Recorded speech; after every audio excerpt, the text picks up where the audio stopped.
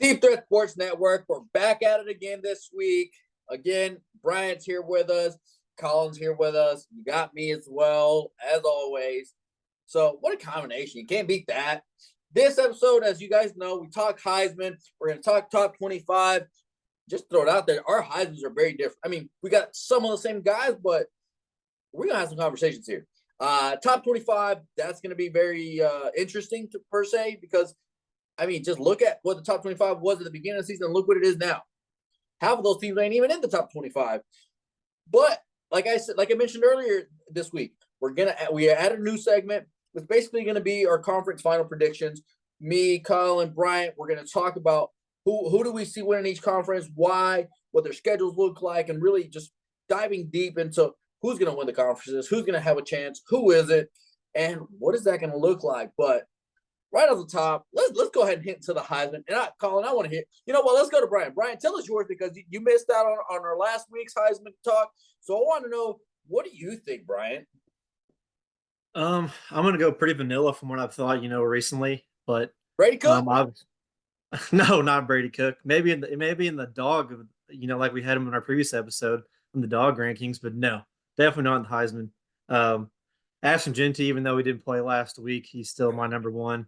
He's got 17 touchdowns, almost 1,300 yards, and still only half the season. So, there's nothing really to talk about there. I think if he keeps playing like he does, he's probably going to win the whole thing. Second, I got Cam Ward. Outstanding performance last week against Louisville on the season. He has over 2,500 yards and 24 touchdowns, and also adding almost 203 on the ground. The dude is absolutely dynamic. Best player on the field, no matter who he's playing against or what team he's playing with as well. So Cam Ward, number 2. Number 3, I'm actually going with Dylan Gabriel.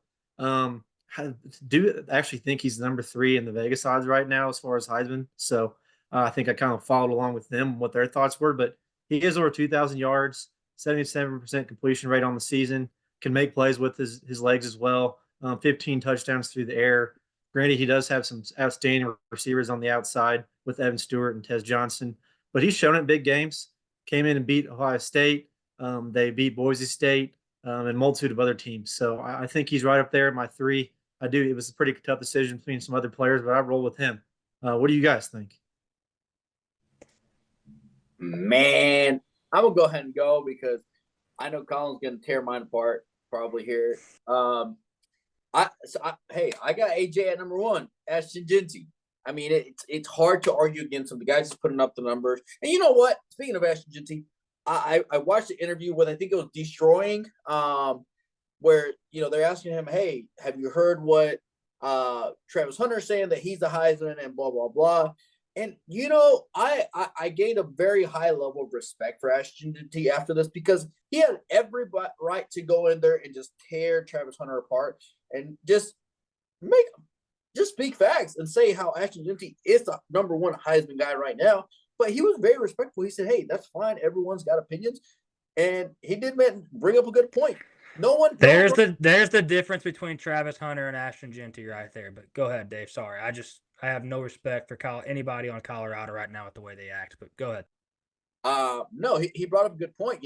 There's not a running back that has done what he is currently doing in, I think, 36, 37 years. Like, yes, a two-way player is exciting. And you guys know me. I was super high on Ashton Jeanty or on Travis Hunter at the beginning of the year. I think he was my first number 1 pick. Rightfully so. Rightfully so. He is a stud.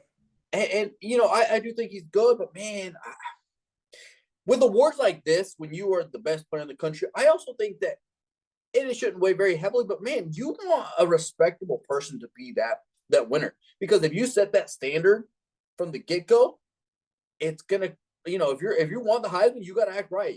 Like you can't have charges and stuff like we got going on at Georgia and stuff. But I think there's some Heisman winners that got their names up in some books, and I don't mean good books.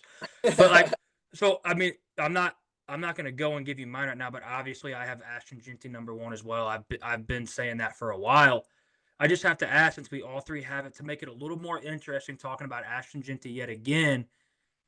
Truly, what do we think he has to do to win this? Because if a guy like Cam Ward goes 12-0, or a guy like Dylan Gabriel goes 12-0, what does Ashton Genty actually have to do, we think, numbers-wise, to win this award? Because I think he has to clip past 2,000 yards, if you want me to be honest with you. I really do. I think he has to get past 2,000 yards. I think he has to honestly probably close in on, I know this sounds absolutely crazy, but I think he has to close in somewhere on the upward trend of 26, 27 plus touchdowns and over 2,000 yards. That sounds asinine to even say out loud, but I think that's realistic if Cam Ward and Dylan Gabriel lead their teams to go 12-0. Personally, I Because, agree.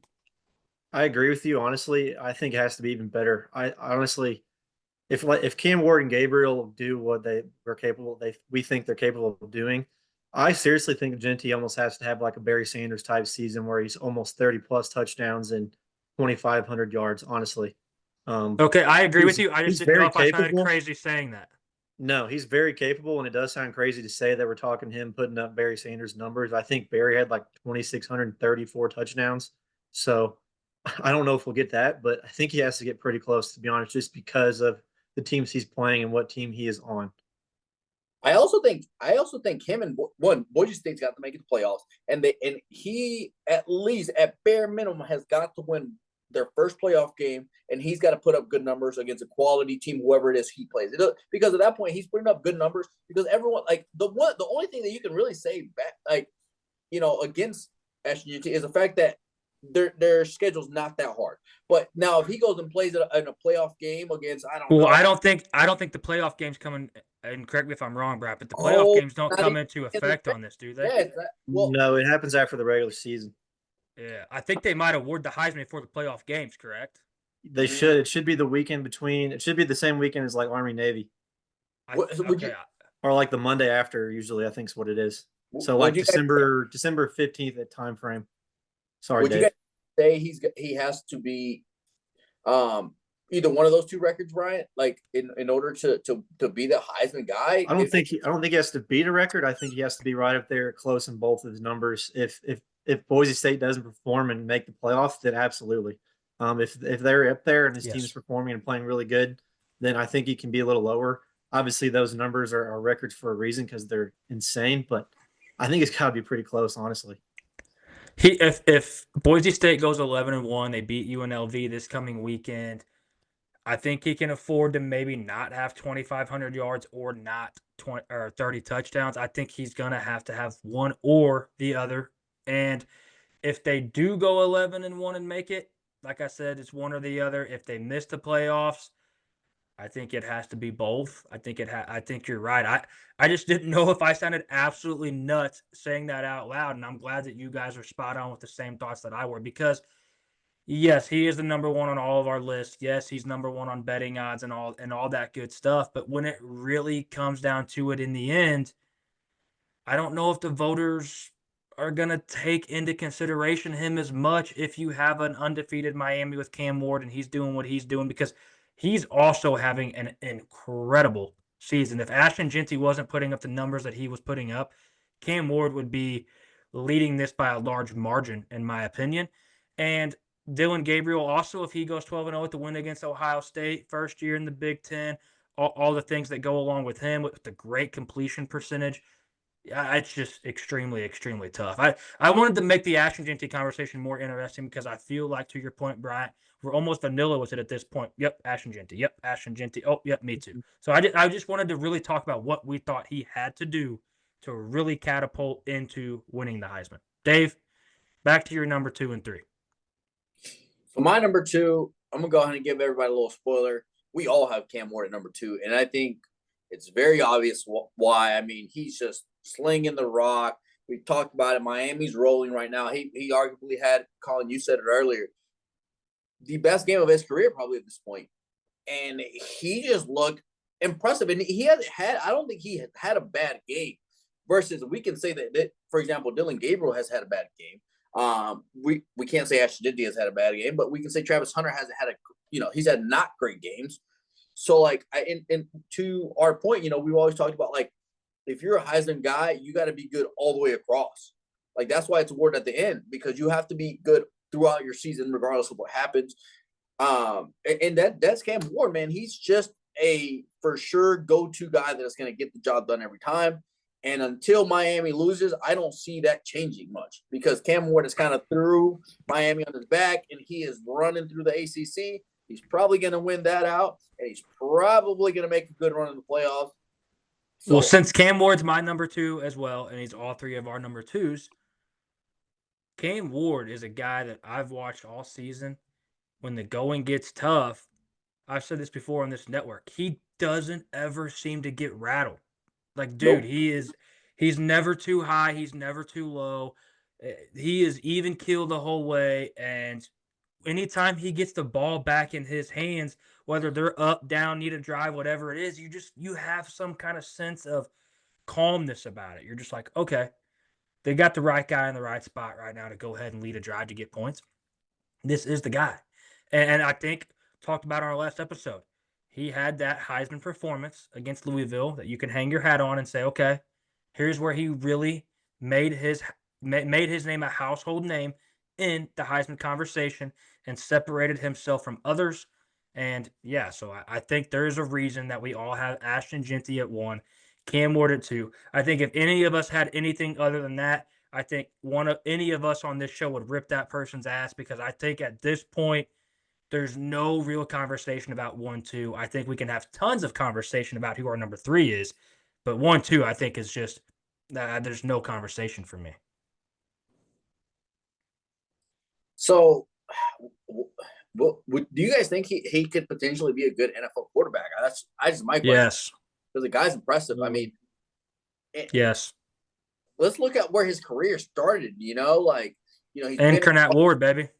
Exactly. That's what I was getting at. I mean, he started there, and then he was at Washington State. So, the guy has just been proving himself at every level. Every step he goes, he's proven himself everywhere he's going.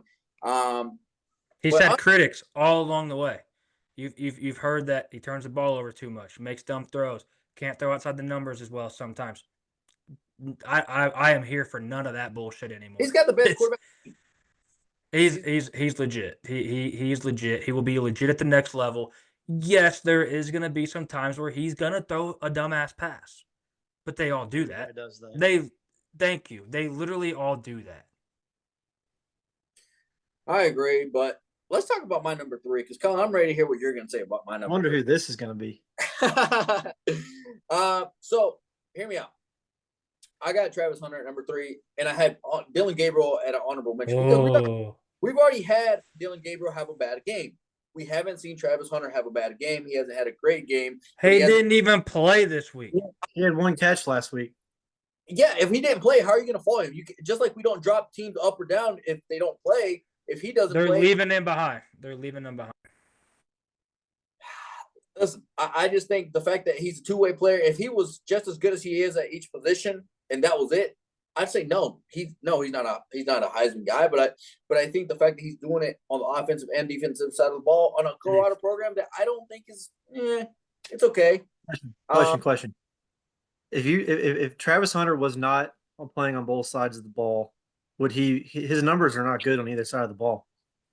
No, he wouldn't be a Heisman guy. No, he wouldn't be a Heisman guy. He had 1 tackle last week and I think 1 pass defense. Granted, they never throw against him, which is all credit to him. But I get that he's an absolute animal playing on both sides of the ball and playing damn near every snap of the game. But that's the only reason he's there.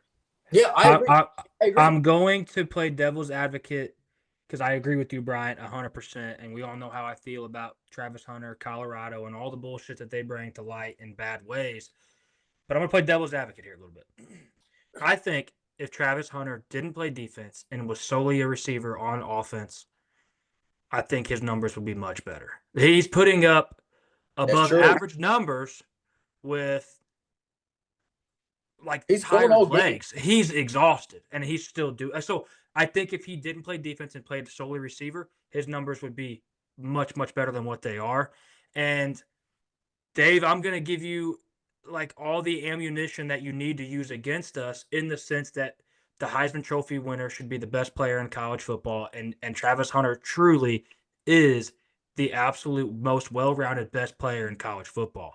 So I think, in my opinion, I'm just playing devil's advocate against you, Bryant, here a little bit on that because I think he would be better if he was just playing that side. Yeah, my And critique is definitely a double-edged sword on that. What exactly you yeah, just said. but you're spot on though, because his numbers aren't great. So like you sit back and you're like, when you look at his numbers, you're like, I mean, how is this guy making a case for him? But then again, I also tell myself, okay, well, he's playing more snaps in college football than anybody ever has before. He's exhausted come the third and fourth quarter.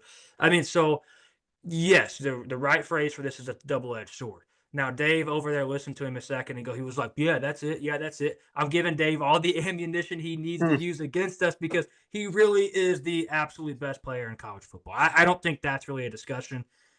But when you take stats and you take it all and you really break it down, I don't think he's the guy. I hear what he's saying, man. I do hear what he is saying when he comes out in his interviews. Look, man, you don't have to throw shade at other players while you do it. Just talk about how you are the best player in college football. There's other ways to approach what he did. And I would have gained a lot more respect for him if he would have just kept to himself and been like, "Hey, I'm the best player in college football." Period. I'd have been like, "Okay, well, you're right. So, credit where it's due." But yeah, I don't know. It's a really interesting topic. I mean, I can hear every angle from this and understand where somebody's coming from. Truly.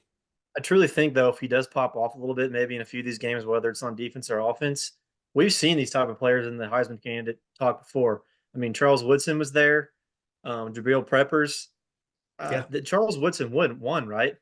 Yes. Yes. Yeah, and he Yes. was a dual player. I don't think Jabril Peppers did, but don't get me wrong. I think he was invited to the ceremony. Same type of player. He was amazing safety and did enough on Sure. offense to get his invite. So I think if Travis can boost his stats a little bit, like you said, Colin, though he is always. It seems like he's tired just because he's playing 100+ snaps a game. It seems like so he has a shot. Honestly, I really do think he does. If he can, maybe get a game with 100 yards receiving and 2 touchdowns and a pick or something. But he has to start doing that if he wants to become number one and back up all this talk he's been giving. What helps him too is Colorado's exceeding expectations, Yes, especially for absolutely, me. I mean, absolutely. Colorado as a team is much better than I even want to admit Yeah, because we didn't talk about I'm him on our last episode, but they beat the brakes off Arizona.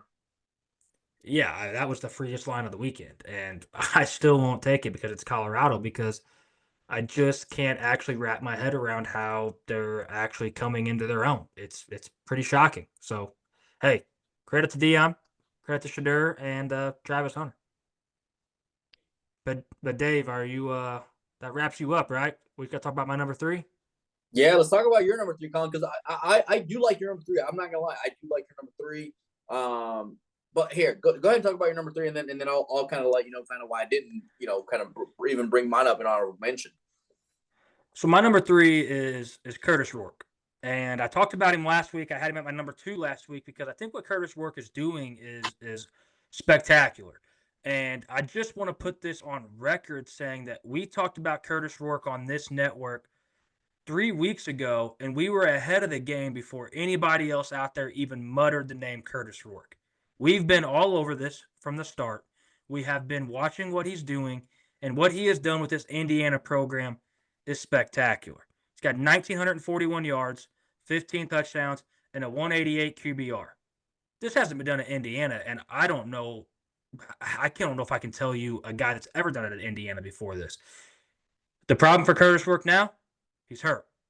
This sucks. This absolutely sucks for Indiana.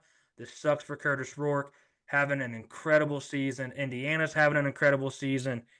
You hate to see this kind of thing for a guy that's played the game right, transferred in from Ohio, really trying to make a name for himself, and just plays the game the right way. Kurt Cignetti's a great coach, so I'm sure they're going to be well prepared without Curtis Rourke. But for me, it sucks because I really thought that this Curtis Rourke thing had tons of traction. Got a banged up thumb now. It's going to make it really tough to grip the football and make the tight throws and the tight windows like he's supposed to. So yeah, man, I don't want to have this negative tone talking about it, but it's really hard to be upbeat about it now because he is banged up. And man, this had tons and tons of traction. And we looked absolutely genius and incredible talking about Ashton Genty so early and Curtis Rourke so early. And man, I just wish it would have came to fruition and he could have stayed healthy. Yeah, Curtis Rourke, I think if he was at a bigger program, it would probably have a lot more hype around him because I feel like no one was really paying attention to Indiana at the beginning of the year. But I agree, Colin. My thing is he does all the right things right. He doesn't mess up a whole lot. He's just a good, solid, all-around player. He doesn't try to do too much. He doesn't try to do too little. He is just right, kind of like Cam Ward. Kind of like you talk about Cam Ward. They're pretty level-headed. They get things done. Oh, they do their job and they walk out, and that's it. I like Curtis Rourke so much that every time he threw a completion, I was texting you two in our group text. 8 for 9, 9 for 10, 10 for 11, 11 for 12, like 11 for 10 with a touchdown. I literally every pass was like boom, boom, boom. And he just it sucks, man. It sucks. I hope he gets back. I hope he only misses a week, and I hope he can get back at it because I love what Kurt Signetti, and Indiana were doing. And to your point, Dave, nobody believes in Indiana like we did until Indiana just absolutely ran Nebraska off the field. I mean, yeah, that was a beatdown. The dog shit out of them. Hey, their only hard game coming up is Ohio State, really, and I think that's a win. Don't spoil it. Don't spoil it. We're gonna get there later, Dave. Game. Let's go with that. Let's go with that. It could be a very fun game. Curtis Rourke balls out, and hey, maybe he pushes his name up the Heisman ladder. Who knows? Maybe I'll have him at number 3 in a couple weeks. I don't know, but that wraps up our Heisman talk. I know you guys were curious to hear about it, but it's it's changing, and some of you guys might notice that mine might not even have none of the 3 that I had last week, and that's the point. The point here is not to stick with anybody, not to ride anybody too hard. I mean, we are kind of riding Ashton Jeanty, but who isn't? For the right reasons. I think if you don't have a number 1, you're probably not watching the same sport as we are. So next, let's talk about top 25 because, like we talk about great players, we're also going to talk about great teams, and sometimes those great teams have great players, and sometimes some of those great players are not on great teams. So a lot of good stuff, but right out the bat, we're going to talk about number 25, UNLV. 24, we got Vandy. 23, we got Pitt. Still making some talk here. Army and Navy. We got Army at 22, Navy at 21. Collin, you're high on a quarterback there. They're undefeated. So support your service academies. Support them. Absolutely. Yeah, them boys are running the football this season. Listen, boys, at number 20, we have the University of Alabama, the Crimson Tide, the cream of the crop of college football. No longer cream of the crop. They're number 20 in the country right now for us. At 19, we got Notre Dame. And then Mizzou at number 18. Yes, I know that's a bit, they're at number 18, but they're above Alabama. Who would have thought that time would come when Mizzou was ahead of Alabama on the top 25 poll? Number 17, Boise State and Ashton Jeanty University. Number 16, we got SMU. 15, K-State. 14, Clemson. 13, LSU. Number 12, Collin and Bryant, Texas A&M. Number 11, we got Illinois. Number 10. Eat shit. Hey, eat shit, dude. Yeah, Dave, that's uncalled for. Hey, we'll talk about Alabama next week. Huh. Whatever. No, number 10, we got Tennessee. At number 9, we got Iowa State. Curtis Rourke in India. This might as well be Curtis Rourke University. I know they're a solid all-around team, but hey, man, he's a stud. At number 8, we got Indiana. Number 7, Quinn Ewers / Arch Manning / we ? We got Texas at number 7. BYU number 6. They're still rolling. Who's going to knock them off? Miami at number 5 with Cam Ward. They're steamrolling. They're running through the ACC. Playoffs might be where they get their first loss. Number 4, Ohio State. Number 3, Georgia. They're picking up the pace again. I think it might have just been a bit stumble hit there with Alabama. And then I'm going to go ahead and let you guys know, I don't think Penn State should be at number 2, but you can't argue the numbers. It's just, it is what it is. I don't think they're that good, but they put up the numbers. We're more than halfway through the season, and they deserve that number 2 spot, whether I like it or not. And at number 1, we got the Oregon Ducks and Dylan Gabriel. Dan Lanning's really got something going on special over there, and I do think they are. I never thought they'd be a number 1 team, halfway through the season. I did think they were good, but I thought they were going to come up, kind of hit 10 around there, and then something was going to happen. They were going to, decline. But hey, number 1 team in the country right now, Oregon Ducks. Gentlemen, I hate to sound like a tool, Dave, because this is going to sound like a total tool statement. But if you go back and watch from the get-go, I talked about how I thought that they beat Ohio State. So I really did think that Oregon would be a number one team. Now, I didn't think it would happen this early because I thought you would have a Georgia probably ahead of them holding down the one spot. I didn't really think actually that Georgia was going to lose to Alabama. I really didn't.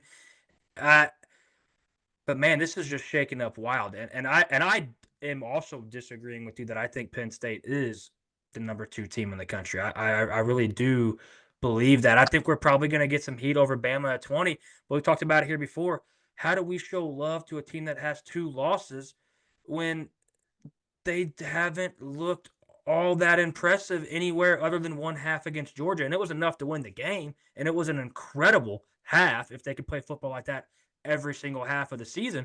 Bama steamrolls everybody, but they're not right now. And they're reeling and they don't look great. So yeah, I'm sure we'll get a little bit of heat off that Alabama 20, especially with Mizzou being over them. But I don't think that's a homer pick at this point. I mean, look, stack the resumes up. Alabama's got 2 losses right now. That's how I feel about it. Yeah, I do think Oregon and Penn State have benefited from the Big Ten being a little bit subpar this year than years past. I think Penn State's strength of schedule is like near 100 in the country, but they are a very damn good football team, so they're definitely deserving to be in our top 5. And Oregon also, they do have the win over Ohio State. Given that one, that was an incredible game. They beat them a few weeks ago, but the little bit of the parity on the top 10 here in our rankings has allowed them to slide to number 1. I do think they're capable of staying there for a while if they keep winning and playing like they can. But this top 25, I feel like, is still wide open. There's a lot of teams that could move up and down, with good games and bad games and whatnot. So it's going to be interesting to see how this thing turns out down these last few weeks of the season here. Well, and then let's look at a team like Clemson at 14. I'm sure people are like, well, their only loss is to Georgia. That's correct. But also look at who Clemson's played. I mean, we've stacked up all these resumes, and Clemson doesn't really have. They beat the brakes off of teams, yes, but they don't have those like, okay, that resume building win just yet. But they do have what I would classify as a good loss. Now they got their ass kicked, so it's a little harder to say it was a good loss. At this point, it might just become a loss, but it was against who we have as our number 3 team in the country. So I mean, you can talk about that a little bit. We talked about Ohio State having that one loss. Ohio State having that one loss, we talked about it right after they lost that game to Oregon. Whoever lost that game, how do you move them down much? Because that was just still an absolutely electric football game, and it's hard to dock either team that lost that game. Then we slide Miami up to our 5 spot. When you stack it all up, Miami's as good as it gets, man. They are just incredible. I think we could make a case to actually have BYU at 5 and Miami at 6. I mean, I would totally be up for a discussion like that because BYU does have some good wins and they have no losses either. So I mean, that's respectable. We look at Iowa State. We talked all night about that Iowa State game. I mean, we were in a group text talking about how Iowa State's got to pull shit out of ass to pull that game off, and they did. So credit to them for doing that. But there was a point in time where it didn't look great at all. It's really hard to kind of weigh it all out right now. But I'm pretty confident in what we formed up here, fellas. I mean, I really am. I'll be the first to tell you, and I'm not trying to be biased. Our top 25 is much better than the AP top 25. I don't even think that's a discussion. I mean, the AP top 25 still had Michigan ranked last week, and that's disgusting. Mm-hmm. Yeah, like I said earlier, there's just so much parity in college football this season that it's hard to. You're splitting hairs with a lot of these teams on where to rank them. And like you mentioned, we just stack the resumes up together and pick what we think we see, on the field play. So I agree with you, Colin. I think we have a good top 25 set up this week. And like I mentioned earlier, there's going to be a lot of movement coming on the rest of the season. There's a lot of big games coming up, which we'll mention earlier or later. I think too we could somewhat. It's hard for me to even bring them back up, but a team that we aren't ranking that a lot of places are is Ole Miss. It's really hard for me to put them in this because we see what they have on paper and we've talked about what Ole Miss should be, but that's not what Ole Miss is right now. I mean, they're in a more prove it type scenario for me at this point to get back into these rankings. I mean, I think they have to show a lot. And we have teams like Navy and Army higher up than most other networks do. Dude, that's because Navy and Army are flat ass taking care of business. I don't think Army's been behind in a football game this whole entire season. So, I mean, they are start to finish taking care of business. We also have Pitt at 23. I know Pitt's undefeated. As soon as Pitt loses, they're coming out of this top 25 because their resume is not great. So, I mean, they're an undefeated team that's just kind of taking advantage of the schedule and doing what they should be doing right now. So credit to them for doing that. And that's why we're recognizing them right now. But I don't think that they're a top 25 football team much longer. I think their time is kind of coming, and we're going to recognize them while we can. I tell you who I love on this list that has one loss is Kansas State. I think Kansas State and BYU play again, and you play that game at a neutral site. I think Kansas State wins that football game. I mean, they just happened to run into Provo at night and found out. I mean, that's most teams are going to find out when they play at Provo at night. I personally like LSU too. They started off the season not very playing up to their standard, but they've looked pretty good recently. So they could also vault up as well. So and they got a big game this weekend. So now's their chance. We got a 12-13 matchup this week in our top 25. So yes, we do, and that is a banger. I got a little curveball for you guys. What? I'm gonna knock this shit out of the park. Where's Colorado? Listen, no, I'm not even gonna talk about Colorado. If Vanderbilt shows up and knocks Texas off this weekend, is Vanderbilt a top 25 team? I'm not saying they're a playoff team, but man, you got to give them credit, man. They are putting up some numbers against people. They're making things happen. I wouldn't be surprised at this point in college football, the way things are shaping out. I wouldn't be surprised if Vanderbilt knocks off Texas. I wouldn't be shocked. I don't think it happens, but I wouldn't be shocked. I don't know, Dave. They were barely beating Ball State an entire weekend last Saturday. Yeah, but look at how they played against Kentucky. Look at how they played against Alabama. Would you have thought they would have beat Bama? That Ball State game was a trap game for Vanderbilt. They beat Bama, beat Kentucky. That's in the middle of now going to play Texas, and Vandy actually has some momentum and self-esteem, and they feel proud of themselves. That was a game where Vanderbilt came into that game just totally arrogant as shit, in my opinion. That was a game where they were just like, okay, we're actually good. So, I mean, we can lose focus a little bit here and probably squeak it out. And they were on the ropes for a little bit, and they squeaked it out. So, yes, Bryant, I agree with you. Really bad performance by them. But we kind of see this kind of thing with some of these really good teams. They kind of dick around like this, and they get caught in one of these trap games where now they got to dip back down in the bag a little bit and find it. But I think what makes it harder for Vandy against Texas is Texas coming off that loss. We talked about that in our last episode a little bit with, I think it makes it a little bit tougher for Mizzou with Bama coming off that loss. Makes Bama a little hungrier, makes Texas a little hungrier. I could see, yes, Dave, shocked. Would I be shocked if Vandy was in this game? No, because of the way college football season's going. Do I think they have a chance in this football game? Also, no. I really don't think they have a chance at all. I think Texas flat-ass lays the wood to Vanderbilt and makes a statement. And I don't think we discuss Vanderbilt too much moving further. I know you love Diego Pavia and all the shit he brings to college football, and rightfully so, man. That's a great story. You see his brother in the stand. I mean, it's just an all-around awesome story for Diego Pavia. So, yeah, man, ride it while they can. I think they get punched in the mouth this weekend. To be honest with you, I hope I come back on here and I hope I'm wrong. I hope I am wrong about this, and I hope Vanderbilt somehow beats Texas. That would be incredible. Yeah, I mean, this would be awesome. I also think it's getting tougher and tougher for Notre Dame to make the playoffs with all the parity because I think that Northern Illinois loss haunts them the rest of the season. I know they play Navy and Army ahead, and those would be massive, massive wins because Navy and Army proved to be good teams. But I'm going to go on record right now and say it. Navy or Army, one will beat Notre Dame. I don't think they both do. One of them will beat Notre Dame. I don't know which one yet.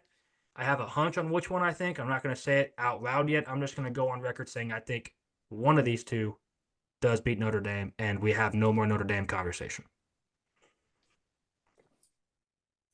Well, we're already talking about a couple other teams. We're talking about, different conferences here.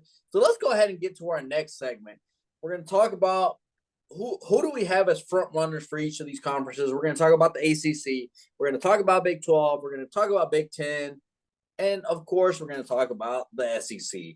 So let's start right off the bat. Let's start off with the ACC.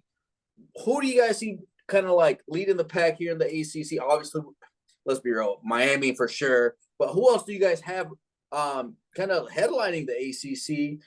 Wins, losses. What do you guys see in the ACC?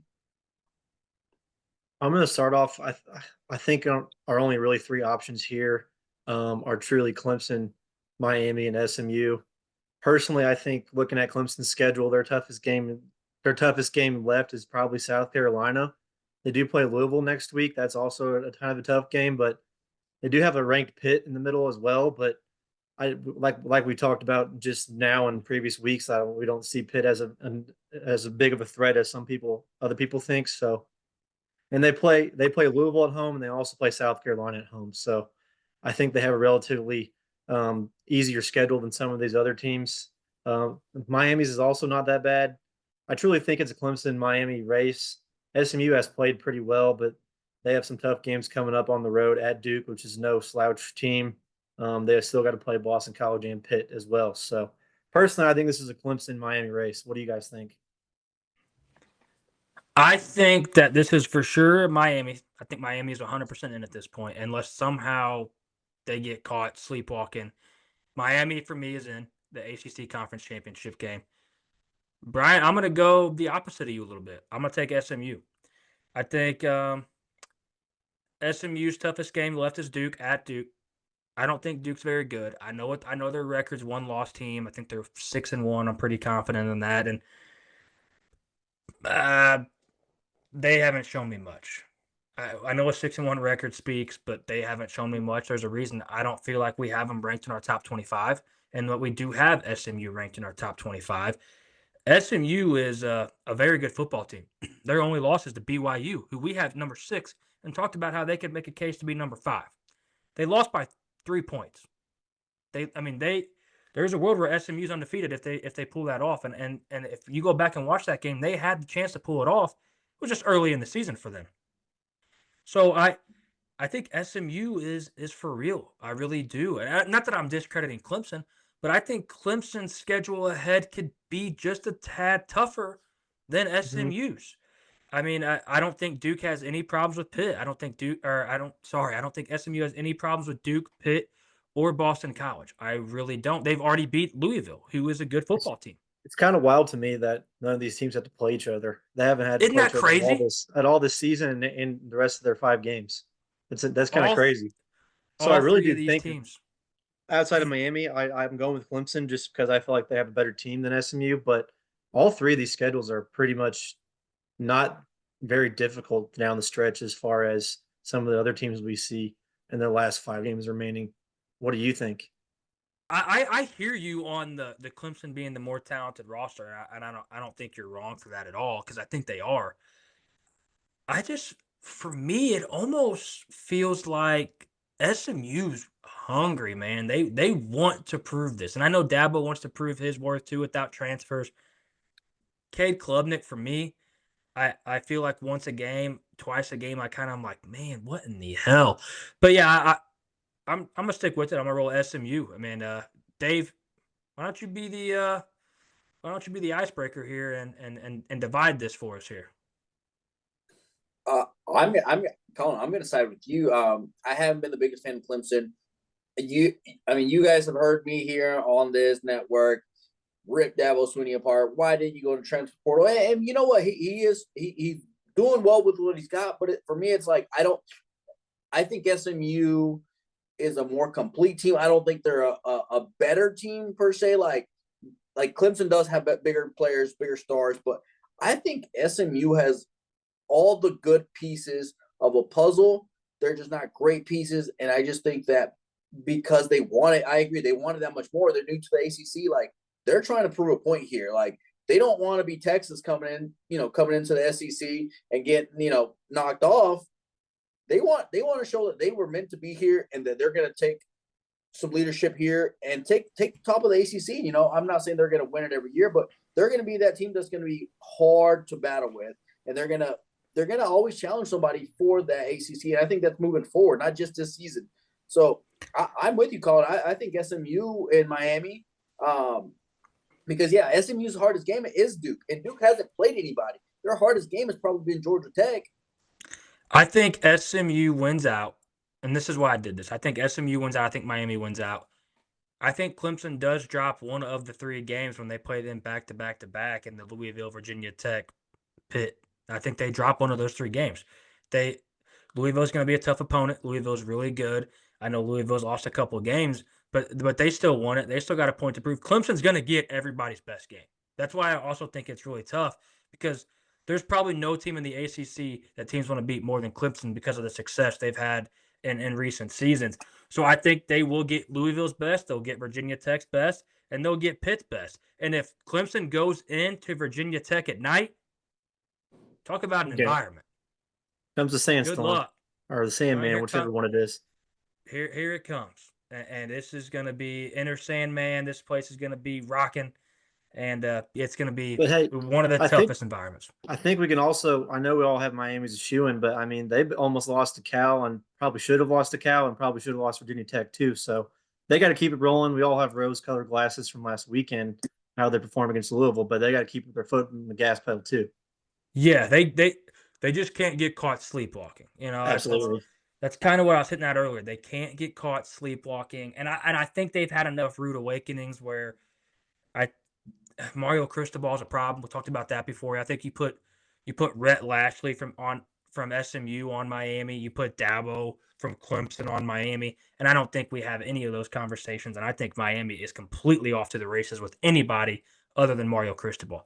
Sorry, I can't say anybody, but most high-level programs coaches are on Miami. They are off to the races with that talent.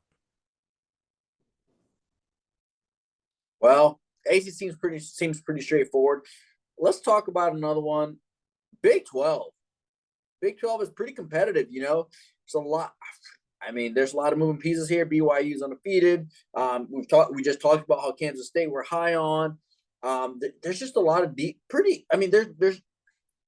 it's just, I think the talent is pretty decent all the way across. I don't think it's amazing, but I think talent is decent, you know, at least in the upper 2/3.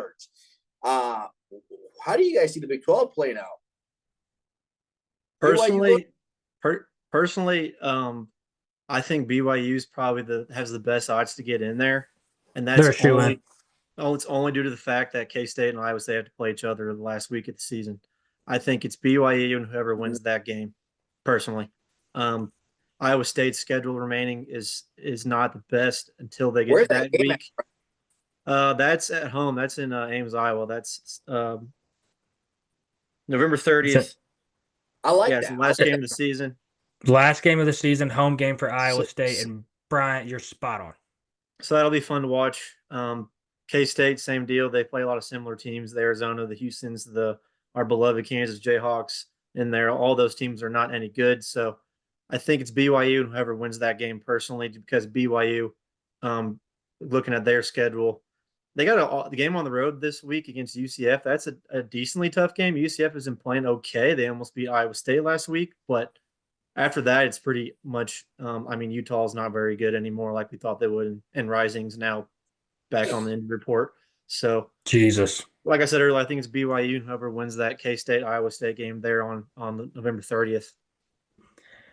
You're spot on, Bryant, and I thought BYU's best chance to lose for the rest of the season was going to be to Oklahoma State, and they almost did get caught by Oklahoma State. Oklahoma State played their best game of the season against BYU this last week, and like we talked about before, if you haven't watched that game, go watch it because it's awesome. Ollie Gordon actually kind of looked somewhat like Ollie Gordon again a little bit. Not to spend too much time on that, but we've been all over him here. Where has he been? He's kind of showing up. But, yeah, man, BYU got the ball back down. What were they down? 7 or no? They were down 4. I don't remember. They were down 4 and won by 3. That's right. They were down by 4. Oklahoma State scores late. You think, holy shit, BYU kind of just blew this chance, and BYU and Rhett's Lab just go right on the field and score a touchdown and win the game. So I think BYU's proved themselves, man. I think you're right, Bryant. BYU is a shoo-in in my opinion. I don't think they have any tough tasks from here. I don't think UCF's good. I think they played really good against Iowa State. That was a fluke in my opinion. I don't think UCF's that good of a team. I also don't think Utah's very good. So BYU for me is all the way in. I think you And BYU has, sorry, Colin, and BYU has the no. tiebreaker over K-State since they beat Yep. them early in the season too. So Yep. That's you're exactly correct. I don't even think they have to worry about it, man. I really don't. no, I will say I think Kansas State is the best team in the Big 12. I will still say that. And I think K State beats Iowa State, and I think K State gets in, and I think K State plays BYU in the Big 12 championship, and I think Avery Johnson and Kansas State are too much. Kansas State is a much better football team than they were in whatever week that was that they played BYU. I think that was almost 4 weeks ago now, probably. And Kansas State is a totally different football team than what they were then. This Kansas State running attack is lethal. DJ Giddens, Dylan Edwards, and Avery Johnson moving the ball with their legs is almost unstoppable. Jace Brown is a very good receiver for this team. I'm drawing a blank on the tight end's name, but he is very good. Uh, what's their head coach's name? Chris Kleiman, right? Chris Kleiman. He is a very, very good coach. He's been in these kind of games before. I think it's BYU K State, and I'm going to give it to K State in the championship game. I mean, I'm just going to go lay it all out there right here, right now. That's what I see happening. Yeah, I agree. BYU K State. I mean, there's nothing more I need to say. I mean, you guys hit the nail on the head and pretty much hit every point that I was going to hit. But let's talk about the Big Ten. That one's quite a race we got going on there, because that can go very many ways. For me personally, I think it's going to be Ohio State, Oregon. And why I say this is because it's really going to come down. Oregon, they're going to win out. I think Oregon's going to win out. But it's going to come down to November 7th or November 2nd at 11 a.m. That's Ohio State playing Penn State. And I think whoever wins that game is going to be the other person with Oregon. I don't think Penn State is that good. They haven't played anybody yet. And really, Ohio State's their only hard game. And then Ohio State, yes, they do have one loss, but who is it against? Oregon. And really, that was a 1-point game. So I think Ohio State is the better program than Penn State. Illinois, I don't think, I don't see Illinois being, one of the teams in the conference championship. And again, Indiana, I do like them. They're undefeated, but quarterback just went out indefinitely. You don't know when he's coming back. You lose one game, that's it. This is how big of a race this is. So Indiana's out, Illinois is out. And then from there, it's just Penn State, Ohio State, Oregon. And it's going to come down to that November 2nd game on, is Penn State going to win? If Penn State beats Ohio State, yeah, it's going to be Penn State, Oregon. If Ohio State beats Penn State, it's going to be Ohio State, Oregon. And I don't think Oregon's a question here. I mean, unless you guys disagree with me, enlighten me. no, I think you're exactly right. I think you hit the nail on the head. I think Indiana and Illinois deserve to be in the conversation right now, but I think we all agree that probably Illinois drops that game on the road in Eugene this weekend. And then from Oregon or from Indiana standpoint, Indiana probably has the easiest schedule remaining. I mean, they do have to play at Ohio State, but other than those teams, but then again, like we talked last week and earlier on in the Heisman, our last episode and earlier on in the Heisman, that Rourke may have a thumb injury, so that's going to be detrimental to their chances. So I think you're right, Dave. I think that kind of pushes Illinois and Indiana to the side. I do think it's a 3-team race, and I definitely agree with you. I think that Ohio State Penn State game decides who the number 2 team in the Big Ten is there on November 2nd. And granted, Penn State has that at home. That place can get rocking. So I definitely think they have a chance in that game, and they're a good football team. But I do think in the end, I think Ohio State wins out and wins that game. And I think it's Ohio State-Oregon rematch of a few weeks ago for the Big Ten. So my record prediction for Ohio State before this season started, I put it on the show, was 10-2. And I still think they end the season at 10-2. I think this is a 3-horse race, and I may look stupid at the end, and I'm willing to die on this hill. I think this is a 3-horse race, and I think the 3-horse race is Oregon, no questions asked, Penn State, no questions asked, and Indiana. If Indiana can get through these next 2 games, I think Rourke will be back for the Michigan game. I think Rourke will get right in the Michigan game again. And I think Rourke and Indiana can give Ohio State fits. I'm not saying I think Indiana beats Ohio State, but I don't think Ohio State beats Indiana and Penn State. What in Ohio State's cupcake games, they looked great. Absolutely. Absolutely. And they should. They out-talent all those cupcake opponents by a million. So they did what they should do. And yes, they did look good in the Oregon game. but I think Ohio State is vulnerable. And maybe I'm trying to just ride this Indiana train too hard, and maybe it will crash and burn. But like I said, I don't think Ohio State beats Indiana and Penn State.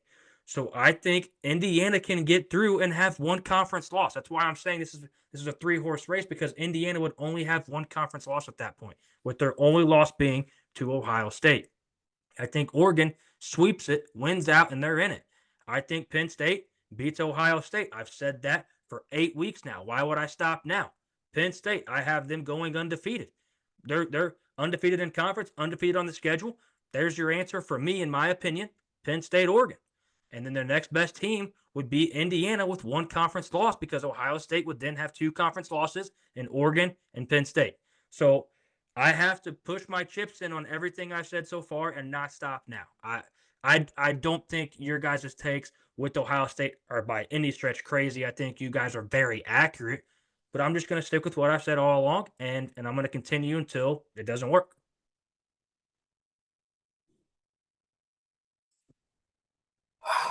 Hey, I, if you can convince me, I'm all in, and that's why we like having 3 people, because we're not always going to agree. The next one, we're probably not going to agree for sure. I mean, this is the SEC Southeastern Conference, arguably probably the best conference in college football. I mean, we've got Texas. Texas was the number 1 up until last week. We've got Mizzou. Mizzou's only got 1 loss. Tennessee's got 1 loss. Georgia's got 1 loss against a talented Alabama program. Well, I don't know. Against an Alabama program, let's just say that.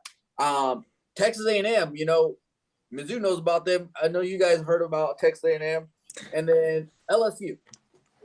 I think the way it sits right now, correct me if I'm wrong, but I think Texas A&M and LSU are technically 1-2 in the conference, because their losses are both outside of conference play, right? Correct. Yep. Correct. Yep. And boys, I'm not going to butt in. This sounds wild, but hear me out. I do truly think Mizzou has the easiest schedule remaining out of any of these teams. Yeah. Their toughest game is Alabama.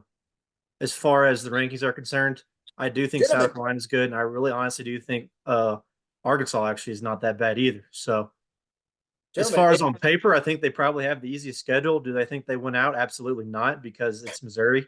We've seen this schedule. We've seen this many times. And we'll probably beat Alabama and lose to Oklahoma or something like that. But anyway, there's some juggernaut games coming out from a bunch of these teams. LSU still has to play A&M, Bama. Texas probably has the second easiest, in my opinion. Their toughest game is only at A&M in the last week of the season. They got Florida, Arkansas, and Kentucky and Vandy. So I would probably go put them and maybe at 1. Tennessee still has to play Georgia, but other than that, I mean, this is almost too close to call at this point. This is the hardest conference to talk about. This is the hardest conference to talk about, right? Gentlemen, this is going to be Georgia LSU. You guys remember this at the end of the season, because I actually did some decent research. I mean, Georgia, I think Georgia's a quality team. I think Georgia can beat Ole Miss comfortably, and I think they can beat Tennessee. And those are their 2 hardest games. I just believe in Georgia. Only problem is LSU. I mean, but stacking that up with already having 1 conference loss makes it extremely hard for Georgia. Yes, I do think Georgia is the best team in the SEC. Let me make that clear. They are the best team in the SEC. But when they have games ahead versus a Florida team who looks much better actually with DJ Lagway, and looks like they're maybe kind of coming into their own just a little bit. I'm not saying they're going to beat Georgia, because they're not, but I think they make it a tough game for Georgia. And then they go at Ole Miss, then they play Tennessee. Back to back to back. Dude, that is extremely hard. Mm-hmm. I don't care. Have you looked at LSU schedule, Collin? Have you looked at LSU schedule? It sucks. They got A&M. It flat out sucks. I mean, they got A&M next week. Then they got Alabama the week after. Then they got Florida the week after. Then they got Vanderbilt. Then they have, Oklahoma's the easiest game, and that's the last game of the season. I mean, LSU has a terrible schedule, truthfully. And really, hey, you don't have to convince me. You're the one that picked LSU a second ago. I agree with that. A&M is tough, too. They got to play LSU yet this week. They got Texas at the end of the season. Auburn, they're trying to play spoiler, and South Carolina, South Carolina, depending on what team shows up, is going to be either going to beat your ass or they're going to fold over and let you run all over them. So, I mean, I don't. This is almost too close to call, in my opinion. Hey, I think my gut tells me Texas and Georgia rematch, but LSU could sneak in there. I don't know. Hey, if you guys go ahead, Dave. If you guys hadn't already convinced me that Mizzou's bound to fumble the bag, I would say Mizzou, Georgia, because Mizzou's got the schedule to things are set up for them to get there. I mean, it's right there. I would love that. I would love it, but it's not going to happen. Hey, you know what, Brian? I hope you're wrong, and I hope that Mizzou ends up. I hope I am too. I will paint my face black and gold if Mizzou makes the SEC championship game. If Mizzou makes the SEC championship game, if Mizzou makes it to the SEC championship game, I will shave my head bald on this show, live on camera, while we are on air. I will paint my entire face black and gold. Yep. Real question. But it's not going to happen. I don't know why I'm shaving my head somewhere. I don't know why I'm shaving my head bald. I just feel like it's necessary to say out loud. I'll shave my damn head bald right here, right now, if Mizzou makes it. Listen, if Mizzou beats Alabama this weekend, that is a monumental if for the Missouri Tigers, especially at Tuscaloosa, especially with Bama coming off a loss. But if Mizzou beats Alabama, Mizzou now becomes not the front runner to go to the SEC championship game, but they are comfortably in the top 3 to make the SEC championship game because of that schedule moving forward. They have to get past this one. They get past this one, they're in it, man. We talked earlier in the season about if Mizzou will lose to Oklahoma, A&M, or Alabama 1, and if they lose to just one of them, they can make the SEC championship game. So why would we change our minds now? They've lost the A&M game. They look to have a little bit of momentum after the Brady Cook situation happened.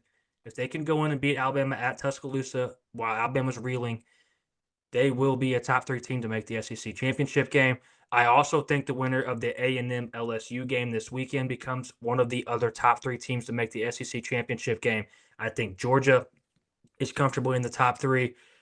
The only other team that, well, I mean, that's all 6. I don't think Texas is in this conversation anymore. No, that sounds crazy.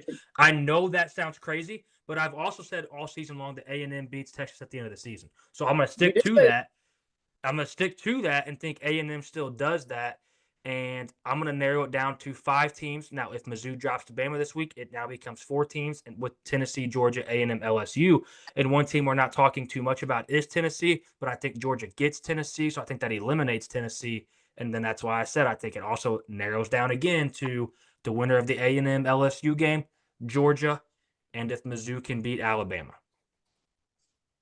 This is the hardest conference to determine because all these teams are cannibalizing from being in this conference. I'd actually agree. I mean, like the other 3 conferences we talked about, there's like one game where they play each other, and it's only 2 of the 3 or 2 of the 4. This is like it's an intertwined mess of they're all playing each other. So this is going to be fun to watch. I think this is the most interesting conference down the stretch with some big time games, and we'll see what's going to happen.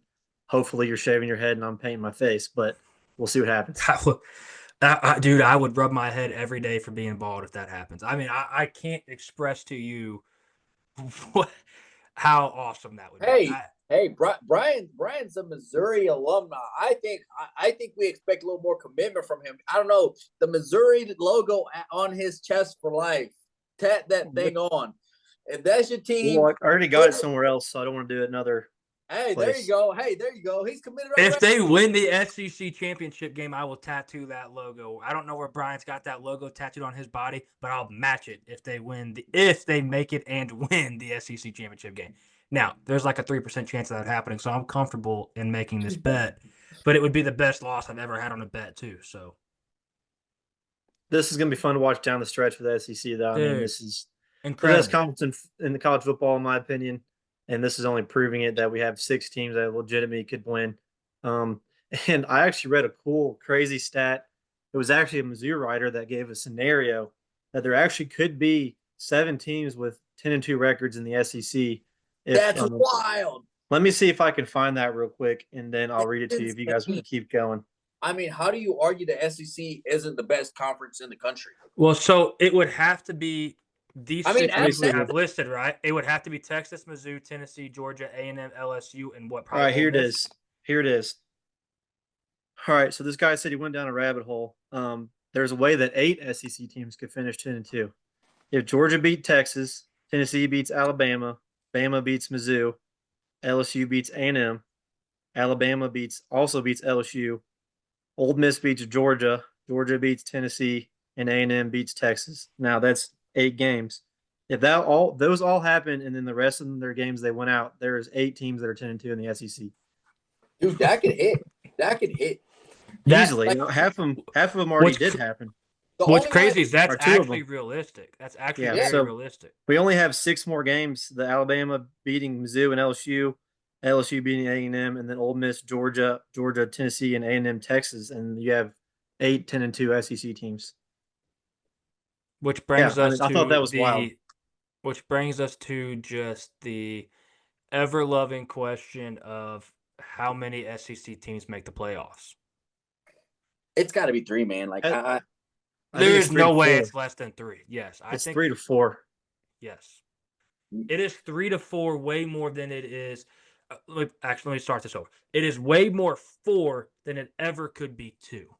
Yes, absolutely. I mean, I would say I'd put my money on 3. That's probably the minus odds favorite right there. But I mean, if there was somewhere we could put money on this, I would sprinkle 4 at plus money to make the Absolutely. playoffs. It's gonna be fun. What'd you have, Dave? You had a question? I was just wondering what conference are you taking a pick from? Big 12 it's Big easy. 12? It's easy. That's extremely easy for me. You can have no more than 2 from the Big 12. Absolutely no more than 2. You can absolutely have no more than 2 from the ACC. And you could give me 3 from the Big 10. So that's what? 2, 4, 7, 8, 9, 10. It's 11 right there. And 1 G5 team. 2, 2, 3, 4, 1 G5. Man. Right. I mean, and that's not the way to it's ended up discredit. so far.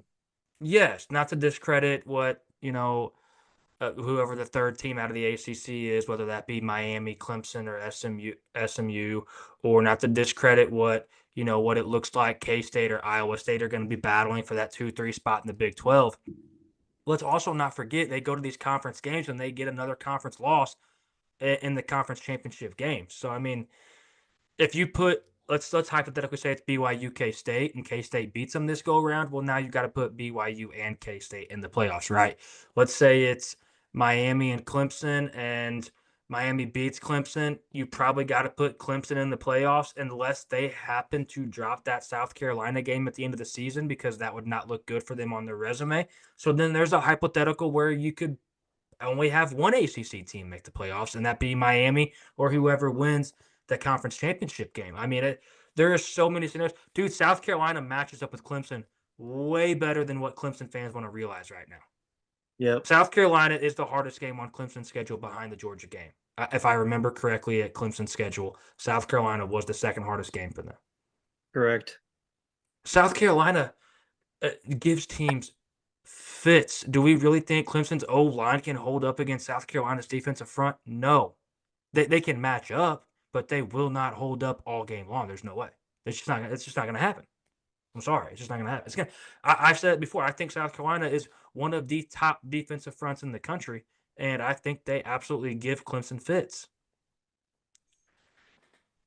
I also think if Ohio State loses the second or third, I don't think they're going to lose 3, but if they lose a second game and then they go to the conference championship somehow with 2 losses and then they lose in the conference championship a game with 3 losses, you're now having that conversation. Okay, we're now going to throw a 3-loss team that's lost to the same Oregon team twice in the playoffs. I mean, we could do this all night. Mm-hmm. Hey, I just love the fact that now the 12-team playoff, there's so much more what if later in the season. Whereas if this was last year, right now we could probably have a top 4 college football selection show on here, and it'd be pretty easy. True. There's so much parity right now. I think that would still be tough, though. It'd still be tough, but it'd be a lot.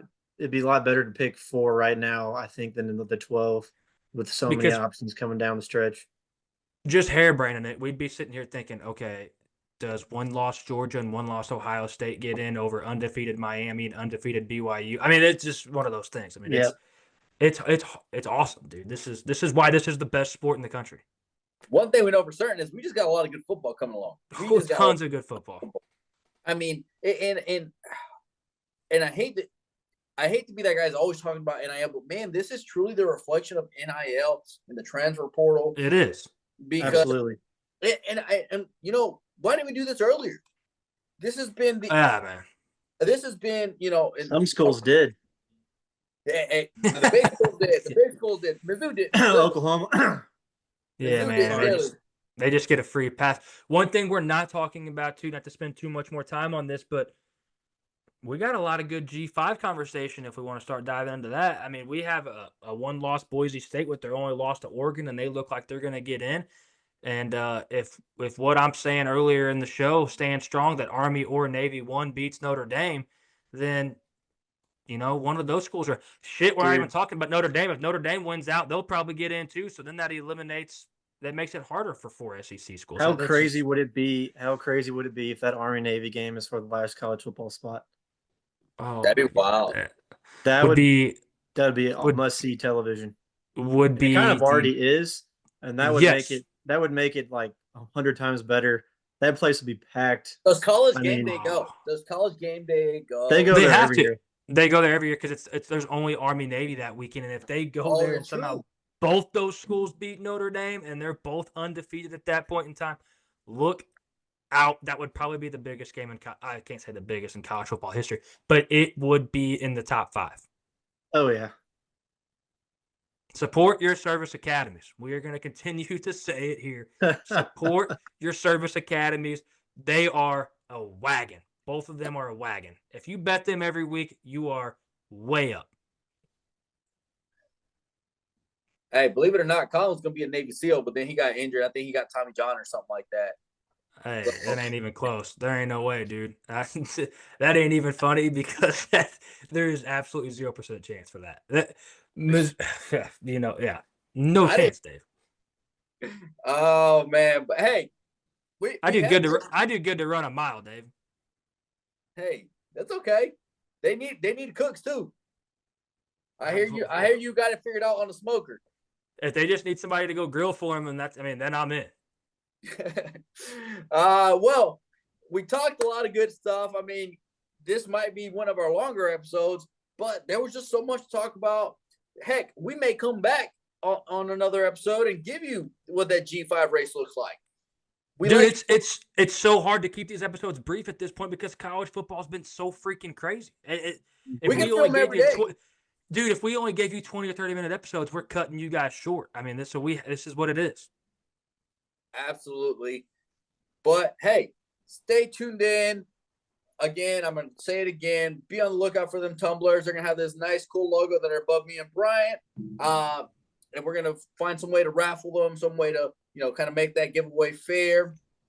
But, again, keep sticking with us. We're going to keep riding this out all the way throughout the season. We're going to ride out into the transfer portal, off season, all that good stuff. There's going to be a lot of good stuff.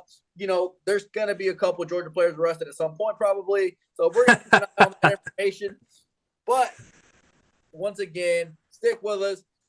Be on the lookout for our next week's preview. That's going to be good too. There's going to be a lot of good games. Shoot, I'm going to stop saying this because every single week there's a lot of good games at this point moving forward. A lot of good matchups. Yeah. But this is just college football now, Dave. Hey, absolutely, Collin. What you got for us, Brian? You got anything for us? No, just in case. Keep sticking around, fellas. This is one of our better episodes, I think. I mean, dove deep in what we think of each conference and our top 25.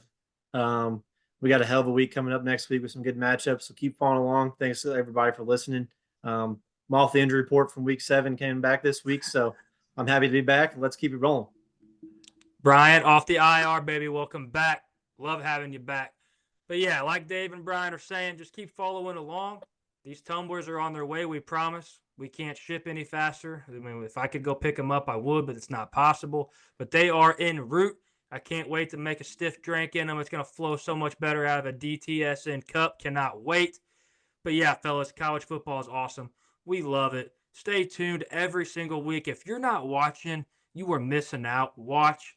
I don't care what you have going on anymore. I don't care if it's hunting season anymore. This college football season is so incredible that it is truly, in my opinion, a once-in-a-lifetime type season right now. Tons of parity. We have no idea what direction this is going to go. Hell, we're still talking about Mizzou having a chance to make the playoffs. I mean, everything's on the table right now. I love it. But hey, follow us on Twitter/X at DT_sports_. Instagram Deep Threat Sports with a Z. Facebook Deep Threat Sports Network. TikTok Deep Threat Sports Network. Spotify Deep Threat Sports. YouTube Deep Threat Sports. Once again, that's Bryant. That's Dave. I'm Collin. We'll be back with you later this week for a game breakdown of what we have coming this coming weekend. Cannot wait to get some good stuff out to you guys for that. But hey, fellas, until next time, peace.